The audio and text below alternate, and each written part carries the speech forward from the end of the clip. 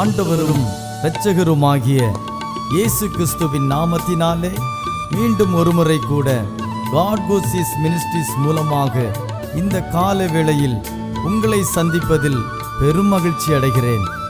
ஆண்டவருடைய பெரிதான கிருபையினாலே 6 மாதங்களை கடந்து 7வது மாதத்தினை காண செய்த தேவனுக்கு கோடான கோடி ஸ்தோத்திரமும் கனமும் மகிமையும் உண்டாவதாக. கடந்த நாட்களிலே தேவனாகிய கர்த்தர் நாம் அனுபவித்த பாடுகளை அறிந்திருக்கிறார். அதை தாங்க பலனையும் தந்திருக்கிறார். அதனால் உண்டான மகிமையையும் மேன்மையையும் வரப்போகிற நாட்களில் நமக்கு நிச்சயமாக உண்டாக போகிறது. நம்முடைய சூழ்நிலைகள், தனிப்பட்ட வாழ்க்கையில் இருக்கிற நெருக்கங்கள் ஒரு விதத்தில் அழுத்தி கொண்டிருக்கலாம். ஆனாலும் தேவனுடைய வார்த்தை சொல்லுகிறபடியே கர்த்தர் ஏற்ற காலத்தை வைத்திருக்கிறார். அந்த ஏற்ற காலத்தை இந்த நாட்களிலே நாம் நிச்சயம் காணப்போகிறோம். என்னோடு சேர்ந்து தேவனை நம்பி அவருடைய நாமத்தினாலே காத்திருங்கள். நிச்சயம் வெற்றி சிறப்போம். கர்த்தருடைய முழுமையான ஆசீர்வாதங்களை பரிபூர்ணமாக பெற்றுக்கொள்ள நீங்கள் ஆயத்தமுள்ளவர்களாக இருப்பீர்கள் என்று விசுவாசிக்கிறேன். கர்த்தர் தாமே இந்த மாதத்திலே நம்மையும் நம் குடும்பத்தினரையும் வெற்றி சிறக்க செய்வாராக. ஆமென்.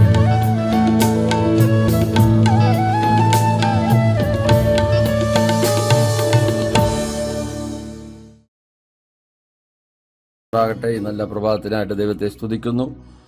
ഗോഡ് ഗോഡ്സിസ് മിനിസ്ട്രിയുടെ ആഭിമുഖ്യത്തിൽ ഇത് പ്രഭാതത്തിൽ നിങ്ങളോട് ദൈവവചനം അറിയിക്കുന്നതിൽ അതിയായ സന്തോഷമുണ്ട്. ഡയറക്റ്റായിരിക്കുന്ന തോമസ് സാർ അവറുകൾക്കും പാർട്ട്ണറായിരിക്കുന്ന എല്ലാ കർത്തദാസന്മാർക്കും പ്രാർത്ഥനാ പടയാളികൾക്കും ലോകമെമ്പാട് ഞങ്ങളെ ശ്രവിക്കുന്ന ഏവർക്കും കർത്താവായ യേശുക്രിസ്തുവിന്റെ നാമത്തിൽ 2023 പ്രഭാത വന്ദനങ്ങളെ അറിയിക്കുന്നു. ഈ ആണ്ടിന്റെ ആരംഭം മുതൽ അവസാനം വരെ ദൈവത്തിന്റെ ദൃഷ്ടി പരിപാലനം ഓരോരുത്തരോടും ഇരിക്കുമാറാകട്ടെ എന്ന് ആശംസിക്കുകയും പ്രാർത്ഥിക്കുകയും ചെയ്യുന്നു. കഴിഞ്ഞ മാസം നമ്മൾ ചിന്തിച്ചതായ അതേ വചനത്തിൽ തന്നെ വെളിപ്പാട് പുസ്തകം 2-ാം അധ്യായം അതിന്റെ 25-26 വാക്യങ്ങൾ വായിക്കുന്നെങ്കിലും നിങ്ങൾക്കുള്ളത് ഞാൻ വരും വരെ പിടിച്ചുകൊള്ളുവിൻ എന്ന് ഞാൻ കൽപ്പിക്കുന്നു. ജയിക്കുന്നവന് ഞാൻ കൽപ്പിച്ച പ്രവൃത്തികളെ അവസാനത്തോടെ അനുഷ്ഠിക്കുകയും ചെയ്യുന്നവന് എൻ്റെ പിതാവ് എനിക്ക് തന്നതുപോലെ ജാതികളുടെ മേൽ അധികാരം കൊടുക്കും. Praise the Lord.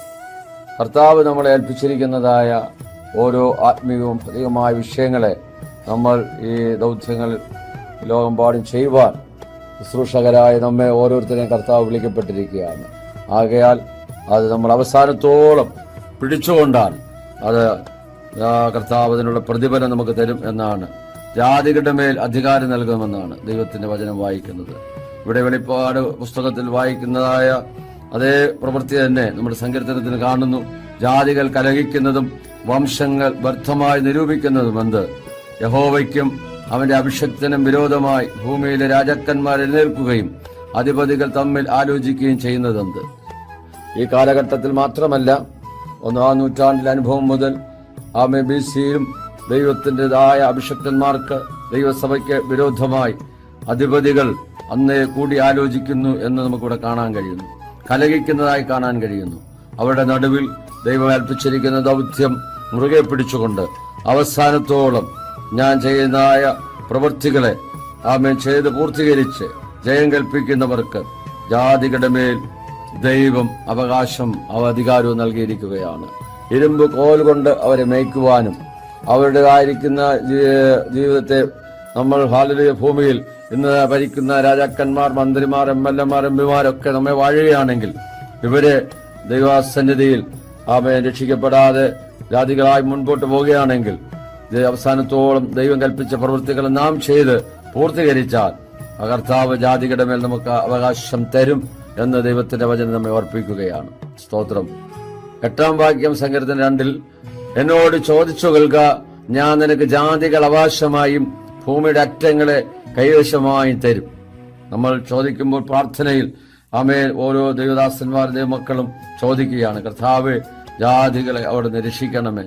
അനേക കർത്താവ് ദൈവത്തെ അറിയാത്ത ജനതകൾ ലോകമെമ്പാടും ദൈവമേ ചിതറിപ്പാർക്കുന്ന, വിഗ്രഹാരാധനയായിരിക്കുന്ന, ദൈവത്തെ അറിയാതെ ഉപഗ്രഹങ്ങളെ ആരാധിക്കുന്ന, കണ്ടതിനെയൊക്കെ വണങ്ങുന്നതായ അനേക ജനതകൾ നമുക്ക് കാണുവാൻ കഴിയുന്നു. നമുക്കറിയാം, അബ്രഹാം അതുപോലെ തേരക്, ഇവരെല്ലാം ദൈവത്തെ അറിയാത്തതായ ആ ജാതിക അംശത്തിലായിരുന്നപ്പോൾ അവരെ ദൈവം വിളിക്കുന്നതായി നമുക്ക് കാണാൻ കഴിയുന്നു.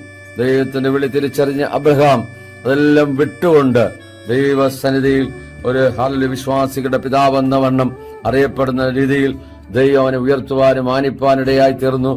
അബ്രഹാം നമ്മുടെ വിശ്വാസികളുടെ പിതാവെന്നറിയത്തക്ക നിലവാരത്തിൽ ദൈവം അവനെ ഉയർത്തി മാനിച്ചതായി നമുക്ക് ദൈവത്തിന്റെ വചനത്തിൽ കാണുവാൻ കഴിയുന്നു. അതുപോലെ ആ കാലഘട്ടത്തിൽ സങ്കീർത്തനങ്ങളെ നമുക്ക് കാണുവാൻ കഴിയുന്നത് ആ രാജാവ് ആമേൻ തന്റേതായിരിക്കുന്ന ദൈവത്തിൻ്റെതായ ആ വിളിയെ തിരഞ്ഞെടുക്കുവാനിടയായി തീർന്നു. ഒന്നാമത്തെ രാജാവായ ശൗൽ പട്ടുപോയപ്പോൾ, അനുസരണക്കേട് കാണിച്ചപ്പോൾ, അവൻ കാലഘട്ടത്തിൽ അമർന്നു പോയപ്പോൾ ദൈവം ഒരു മനുഷ്യൻ, ഒരു ആട്ടിലെ ചെറുക്കനെ, ഇസ്രായേലിന്റെ മധുര ഗായകനെ താൻ വിളിച്ച് വേർതിരിച്ച് തന്റേതായിരിക്കുന്ന രാജ്യത്ത് 40 വർഷക്കാലം ഭരിക്കുന്നതിന് ജാതികളുടെ മേൽ, രാജ്യങ്ങളുടെ മേൽ ആമേൻ ദൈവം അവൻ അധികാരം കൊടുക്കുന്നതായി നമുക്ക് കാണുവാൻ കഴിയുന്നു. ഹെബ്രോനിലും യെരൂശലേമിലുമായിട്ട് ആമേൻ 40 വർഷം വരെ അവൻ രാജഭാരമേറ്റ് അവൻ നല്ല വയസ്സെന്നവനായി കാലസമ്പൂർണതയിൽ ദൈവത്തോട് ചേരുവാൻ പിതാക്കന്മാരോട് ചേർന്ന് നല്ലൊരു വിശ്വസ്ത സാക്ഷ്യം വഹിച്ചതായി കർത്താവ് തന്നെ പറയുന്നത്, എന്റെ ഹൃദയപ്രകാരമുള്ള ദാവീദ് എന്ന് അവൻ ജാതികളെ ഭരിക്കുവാൻ തക്കവനിടയായി തീർന്നു. സ്തോത്രം. ഇവിടെ 9-ാം വാക്യത്തിൽ പറയുന്ന ഇരുമ്പുകോൽ കൊണ്ട് നീ അവരെ തകർക്കും, കുശവന്റെ പാത്രം പോലെ അവരെ ഉടച്ചു കളയും എന്ന് ദൈവത്തിന്റെ വചനത്തിൽ വായിക്കുന്നു. സ്തോത്രം. നമ്മുടേതായിരിക്കുന്ന ജീവിതത്തില് ആമേൻ ജാതികളുടെ മാത്രമല്ല രാജ്യങ്ങളുടെ മേലും ആമേൻ ഒരു അവകാശം ദൈവം തന്നുകൊണ്ട് അതിനെ ആമേൻ ജയിച്ച് കീഴടക്കുന്ന ഒരു അനുഭവത്തിൽ ദൈവം നമ്മെ കണ്ടിരിക്കുകയാണ്. നമ്മൾ ഏത് മണ്ഡലത്തിലായിരുന്നാലും പൈശാചിക ശക്തികളെ നാം ഭയപ്പെടാതെ, ഇരുട്ടിന്റെ ശക്തികളെ നാം ഭയപ്പെടാതെ മുൻപോട്ട് പോകുന്നുവെങ്കിൽ ദൈവത്തിന്റെ പ്രവൃത്തിയെ തന്നിലൂടെ വെളിപ്പെടുത്തുന്നതായി നമുക്ക് കാണുവാനായിട്ട് കഴിയുന്നുണ്ട്. സ്തോത്രം. വെളിപ്പാട് 12-ാം അധ്യായം 3-ാം വാക്യത്തിൽ നമ്മൾ കാണുമ്പോൾ അവിടെ ദൈവത്തിൻ്റെതായിരിക്കുന്ന വചനത്തിൽ പ്രകാരം എഴുതിയിരിക്കുകയാണ്. 1-2 വാക്യങ്ങൾ. തദീസിലെ സഭയുടെ ദൂതൻ എഴുതുക, ദൈവത്തിന്റെ ആത്മാവും 7 നക്ഷത്രമുള്ളവൻ അരുളി ചെയ്യുന്നു, ഞാൻ നിന്റെ പ്രവൃത്തി അറിയുന്നു, ജീവനുള്ളവൻ നിനക്ക് പേരുണ്ടെങ്കിലും നീ മരിച്ചവനായിരിക്കുന്നു. സ്തോത്രം. അതുകൊണ്ട് ഉണർന്നുകൊള്ളുക, ചാവാറായ ശേഷിപ്പുകളെ ശക്തീകരിക്കുക. ഞാൻ നിന്റെ പ്രവൃത്തി എന്റെ ദൈവത്തിന്റെ സന്നിധിയിൽ പൂർണ്ണതയായി കണ്ടിട്ടില്ല. നമ്മൾ ചെയ്യുന്ന പ്രവൃത്തികൾ, നമ്മുടേതായ സുവിശേഷ പ്രവർത്തനങ്ങൾ, നമ്മുടേതായിരിക്കുന്ന താലന്തുകൾ, നമ്മുടേതായിരിക്കുന്ന ദാനങ്ങൾ, ധർമ്മങ്ങളൊക്കെയും ദൈവത്തിന്റെ സന്നിധിയിൽ കർത്താവ് നോക്കുമ്പോൾ ആ പ്രവൃത്തിയിൽ ഞാനും നിങ്ങളും കുറവുള്ളവരാണ്. സ്തോത്രം. നമുക്കറിയാം, കൊർന്നേല്യോസ് എന്ന് പറയുന്ന ഒരു ദൈവഭക്തൻ ഇത്താലിയിൽ ഉണ്ടായിരുന്നു. അദ്ദേഹം എപ്പോഴും ദൈവത്തോട് പ്രാർത്ഥിക്കുന്നവനായിരുന്നു. അവൻ വളരെ ധർമ്മം കൊടുക്കുന്നവനായിരുന്നു. ദൈവത്തെ ഭയപ്പെടുന്ന വ്യക്തിയായിരുന്നു. ദൈവദാസന്മാരെ ബഹുമാനിക്കുന്ന വ്യക്തിയായിരുന്നു. അപ്പോൾ ഒരു ദൂതൻ പ്രത്യക്ഷമായിട്ട് പറയാണ്, കൊർന്നേല്യോസേ, നീ യോപ്പയിലേക്ക് ആളയച്ച് ശീമോൻ പത്രോസ് എന്നതിനെ വരുത്തി പ്രസംഗം കേൾക്കണം. അവൻ നിനക്ക് ഇനി ജീവിതത്തിൽ കുറവുള്ളത് അവൻ നിന്നോട് കൽപ്പിക്കും. അതുകൊണ്ട് നീ അവനെ വിളിച്ചു വരുത്തണമെന്നുള്ളതായ അരുളപ്പാട് ദൂതൻ പറഞ്ഞു കൊടുക്കുന്നതായി കാണാൻ കഴിയുന്നു. പത്രോസിനും അതുപോലെ തന്നെ പ്രാർത്ഥിക്കുവാൻ സമയത്ത് അവനൊരു വിവശത വരികയും ക്ഷണപ്പോൾ അവൻ ഒരുക്കുന്ന സമയത്ത് പ്രാർത്ഥിക്കാൻ വന്മാടത്തിൽ കയറുന്നതായ സമയത്ത് അതേ തുപ്പട്ടി പോലൊരു പാത്രം സകല മൃഗജാതികൾ, പർവ്വജാതികൾ, ഇഴജാതികളായി നിറച്ചിട്ട് ഭൂമിയിൽ നിന്ന് സ്വർഗത്തിൽ നിന്ന് ഭൂമിയിലേക്ക് ഇറക്കി വിടുന്ന ഒരു കാഴ്ച കണ്ടിട്ട് പത്രോസിനോട് പറയാണ്, ആർത്തു തിന്നുക. അവൻ പറഞ്ഞു, കർത്താവേ, അശുദ്ധമോ മലിനമോ ഒന്നും ഞാൻ ഇതുവരെ ഭക്ഷിച്ചിട്ടില്ല. ഞാൻ വിശുദ്ധീകരിച്ചതിന് നീ അശുദ്ധമെന്ന് എണ്ണരുത് എന്ന് പറഞ്ഞ് ഇങ്ങനെ ദർശനം 1-2 വട്ടം കാണിച്ച അനന്തരം അത് സ്വർഗത്തിലേക്ക് വലിച്ചെടുക്കപ്പെടുകയാണ്. ഇതെന്താകുമെന്ന് ചിന്തിച്ച് വ്യാകുലനായി പ്രാർത്ഥനാ വന്മാടത്തിൽ ഇരിക്കുമ്പോൾ കൊർന്നേല്യോസ് അയക്കപ്പെട്ടതായ വ്യക്തികൾ അവനെ തിരഞ്ഞു വന്നിരിക്കുകയാണ്. ശിമോൻ എന്ന തോൽക്കൊലനായ ശിമോൻ ഇവിടെ പാർക്കുന്നുണ്ടോ എന്ന് ചോദിക്കുമ്പോൾ, നിങ്ങളെ അന്വേഷിക്കുന്ന ആൾ ഞാൻ തന്നെ എന്ന് പറഞ്ഞ് അവൻ തന്നെ വെളിപ്പെടുത്തിക്കൊണ്ട് കടന്നു വരുന്നതായിട്ട് നമുക്ക് കാണുവാനായിട്ട് കഴിയുന്നു. സ്തോത്രം. അവരോടുകൂടെ പാർത്ത് അവർ ചില സഹോദരന്മാരുമായിട്ട് അതേ ചില നാളുകൾ കഴിഞ്ഞപ്പോൾ അവിടെ കടന്നു വരുവാൻ തക്കവനിടയായി തീർന്നു. ആ സമയത്ത് ദൈവത്തിന്റെ പ്രവൃത്തിയെ അവർക്ക് കാണുവാനായിട്ട് ഇടയായി തീർന്നതായിട്ട് ദൈവത്തിന്റെ വചനത്തിൽ നമ്മൾ വായിക്കുന്നു. സ്തോത്രം. അപ്പോൾ പ്രാർത്ഥിക്കുന്ന ദൈവത്തിന്റെ ദാസന്മാരുടേതായ പ്രവൃത്തികളെ അറിയുന്നതായ ഒരു നല്ല കർത്താവ് നമുക്കുണ്ട് എന്നാണ് നമുക്ക് കാണുവാൻ കഴിയുന്നത്. നമ്മൾ കർത്താവിന്റെ വയൽ പ്രദേശത്ത് അധ്വാനിക്കുന്നത്, പ്രാർത്ഥിക്കുന്നത്, ട്രാക്ക് മിനിസ്റ്റർ ചെയ്യുന്നത്, അവൻ ഉപവസിക്കുന്നത്, നമ്മുടേതായ രഹസ്യം പരസ്യമായ എല്ലാ കാര്യങ്ങളിലും ദൈവത്തിൻ്റെതായിരിക്കുന്ന അതേ കൃപ ഇന്നോളം കൂടെ ഉണ്ടായിരുന്നു എന്ന് നമുക്ക് കാണാൻ കഴിയുന്നു. അത് നമ്മൾ ചെയ്യുന്ന പ്രവൃത്തികൾ ഇനിയും അധികം വർദ്ധിക്കുവാൻ കർത്താവ് നമ്മളെക്കുറിച്ച് ആഗ്രഹിക്കുന്നുണ്ട്. ആ നിലയിൽ ദൈവത്തിൻ്റെതായ വലിയ പ്രവൃത്തിയെ വെളിപ്പെടുത്തുവാൻ നമുക്ക് സഹായിക്കുമാറാകട്ടെ. സ്തോത്രം. അതേ ദൈവത്തിന്റെ വചനം ഇവിടെ പിന്നെ വായിക്കുന്ന എങ്ങനെയാണ്? എബ്രായർ 3:6 നമ്മൾ വായിക്കുന്നു. സ്തോത്രം. ക്രിസ്തുയേശുവോ അവന്റെ ഭവനത്തിനൊക്കെയും അധികാരിയായ പുത്രനായിട്ട് തന്നെ പ്രത്യാശയോടെ ധൈര്യവും പ്രശംസയും നാം അവസാനത്തോളം മുറുകെ പിടിച്ചുകൊണ്ടാൽ നാം തന്നെ അവന്റെ ഭവനമാകും. Praise the Lord. നമുക്കൊരു പ്രത്യാശയുണ്ട്. ഈ ലോകത്തിൽ മാത്രമല്ല, വരുവാനുള്ള ലോകത്തിലും നമ്മൾ പ്രത്യാശയുള്ളവരായി കാണപ്പെടുകയാണ്. ദൈവത്തിന്റെ ആ സ്വീകാര്യത മുറുകെ പിടിച്ചുകൊണ്ട് ഈ പാപമങ്കൂരമായ ലോകത്തിൽ നാം ആയിരിക്കുമ്പോൾ മത്സ്യം വെള്ളത്തിൽ കിടക്കുന്നെങ്കിലും അതിന് ഉപ്പ് ലേശവും ഏശാതവണ്ണം അത് ഓരോ ദിവസവും മുൻപോട്ട് പോകുന്നത് പോലെ ലോകമയമായ ജഡമയമായ പാവനമായ ഏതനുഭവങ്ങളും നമ്മുടേതായ ആത്മീയ ജീവിതത്തെ കവർന്നു കൊണ്ടുപോകാതെ വണ്ണം നമ്മൾ ക്രിസ്തുയേശുവിന്റെ ഒരു നല്ല പടയാളിയായി, നല്ല ഭവനക്കാരനായി, നല്ല വേലക്കാരനായി കർത്താവിൻ്റെതായിരിക്കുന്ന വേല അവസാനത്തോളം വിശ്വസ്തയോടെ ചെയ്യുന്നുവെങ്കിൽ നല്ലവനും വിശ്വസ്തന ദാസനും എന്നുള്ളതായ വിളിക്ക് ഓഹരിക്കാരായി തീരുകയും നമുക്ക് കർത്താവിന്റെ രാജ്യത്തിൽ മഹാപ്രതിഫലങ്ങൾ വിവാഹിക്കപ്പെടുകയും ചെയ്യും. യാതൊന്നും ജാതികളുടെ മേൽ നമുക്ക് അധികാരം നൽകും. ഇരുമ്പ് കോൽ കൊണ്ട് അവരെ മേയ്ക്കുവാനും ശവന്റെ പാത്രം പോലെ ദൈവികമായ നിലയിൽ ഗൈഡൻസ് ചെയ്യുവാനും കർത്താവ് നമ്മെ കണ്ടിരിക്കുന്നു എന്നുള്ള കാര്യം നമ്മൾ മറന്നു പോകരുത്. അതുകൊണ്ട് ഇന്ന് പകൽക്കാലം ഏതെങ്കിലും വിഷയത്തിൽ ഭാരത്തോടെ ആരെങ്കിലും ആയിരിക്കുന്നുവെങ്കിൽ നിങ്ങളെ കാണുന്ന ഒരു കണ്ണ് പകൽക്കാലം നിങ്ങളെ കൊണ്ടിരിക്കുകയാണ്. നിങ്ങളുടെ ആകുലതകൾ മാറുവാൻ, നിങ്ങൾ ഭാരപ്പെടുന്ന വിഷയത്തിന്മേൽ രോഗിയായിട്ടോ ആ സാമ്പത്തിക ഞെരുക്കമായിട്ടോ കൊറോണ വൈറസിന്റെ ആയ ഏതെങ്കിലും പിടിയിലോ പരിക്ഷോഭത്താലോ ഏതെങ്കിലും കുട്ടികൾ പൈശാച മണ്ഡലത്താൽ നിങ്ങൾ ഭാരപ്പെടുന്നെങ്കിൽ അതിനെല്ലാം ജയിച്ച ജയവരനായ ക്രിസ്തു നമുക്കിതിനെല്ലാം ജയിപ്പാനായിട്ട് കൃപ നൽകുമാറാകട്ടെ. Praise the Lord. നമുക്ക് ഒരു നിമിഷം ദൈവത്തോട് പ്രാർത്ഥിക്കാം. പകൽക്കാലം നമുക്ക് സമർപ്പിക്കാം. കേട്ട വചനത്തിന്റെ മുമ്പിൽ നമ്മളെ തന്നെ സമർപ്പിക്കുമ്പോൾ ദൈവത്തിന്റെ വലിയ പ്രവൃത്തിയെ സ്വർഗത്തിലെ ദൈവം നമ്മോട് ചെയ്യുവാനിടയായി തീരും.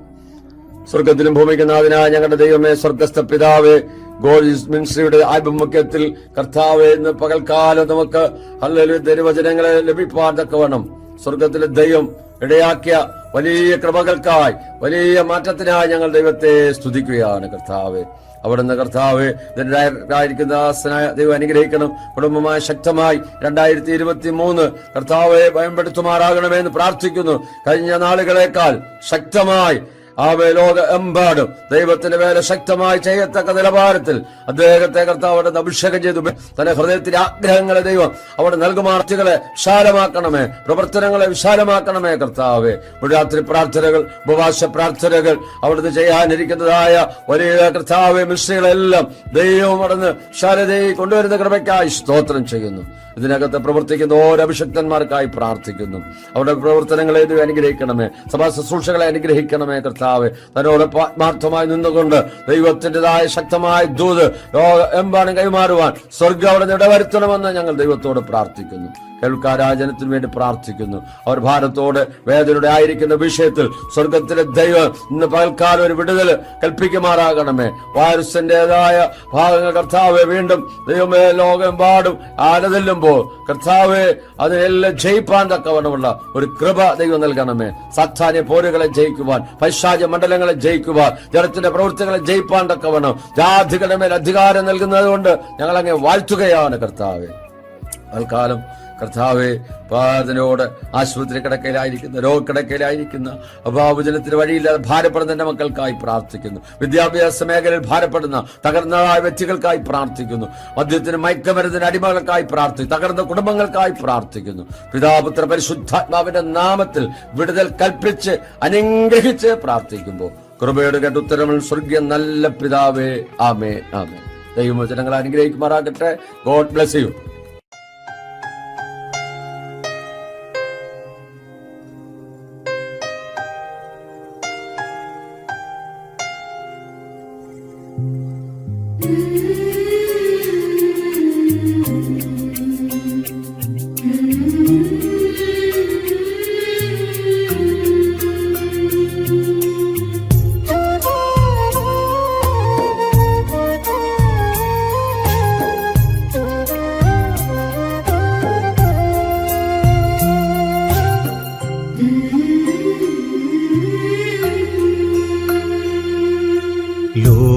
ലോകം മുഴുവൻ നേടിയാലും നിന്നാത്മാവു നശിച്ചാലെന്തു ഫലം? ലോകം മുഴുവൻ നേടിയാലും നിന്നാത്മാവു നശിച്ചാലെന്തു ഫലം? ആത്മാവിൻ വിലയാ എന്തു നൽകും നീ? പകരം വയ്ക്കാൻ എന്തുണ്ടീ ഭൂമിയിൽ? നിൻ സമ്പത്തു മുഴുവനോ ലോകത്തെ തന്നെയോ പകരം നൽകിയിടുകിൽ മതിയാകുമോ? ലോകം മുഴുവൻ നേടിയാലും നിന്നാത്മാവു നശിച്ചാലെന്തു ഫലം?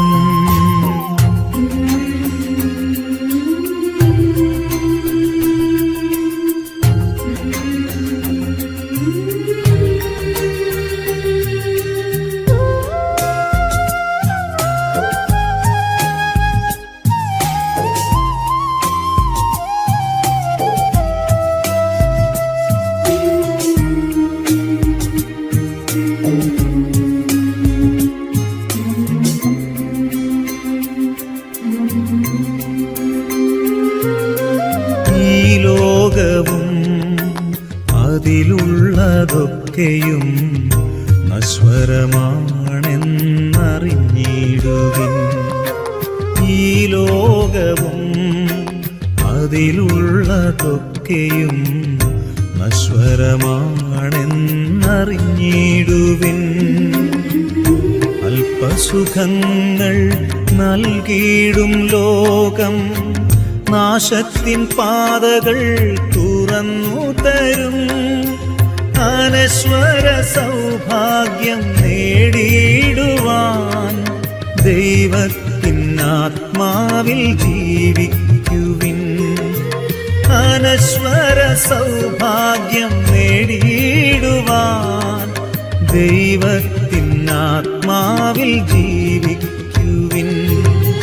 ലോകം മുഴുവൻ നേടിയാലും നിന്നാത്മാവു നശിച്ചാലെന്തു ഫലം?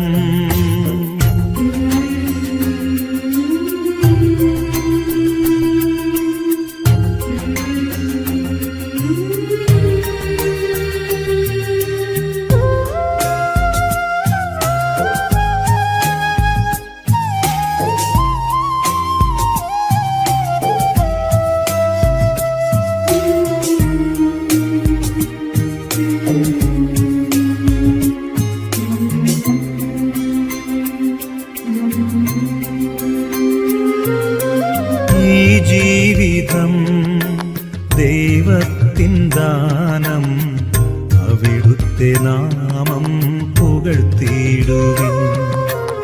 ഈ ജീവിതം ദൈവത്തിൻ ദാനം, അവിടുത്തെ നാമം പുകഴ്ത്തിയിടുവിൻ. വരുവാനിരിക്കുന്നതൊന്നുമേ നമ്മൾ അറിയുന്നില്ലെന്നോർത്തിയിടണം. സർവം ഭരിക്കുന്ന ദൈവത്തിൻ മുൻപിൽ ജീവനും ആത്മാവും സമർപ്പിച്ചിടാം. സർവം ഭരിക്കുന്ന ദൈവത്തിൻ മുൻപിൽ ജീവനും ആത്മാവും സമർപ്പിച്ചിടാം. ലോകം മുഴുവൻ നേടിയാലും നിന്നാത്മാവു നശിച്ചാലെന്തു ഫലം?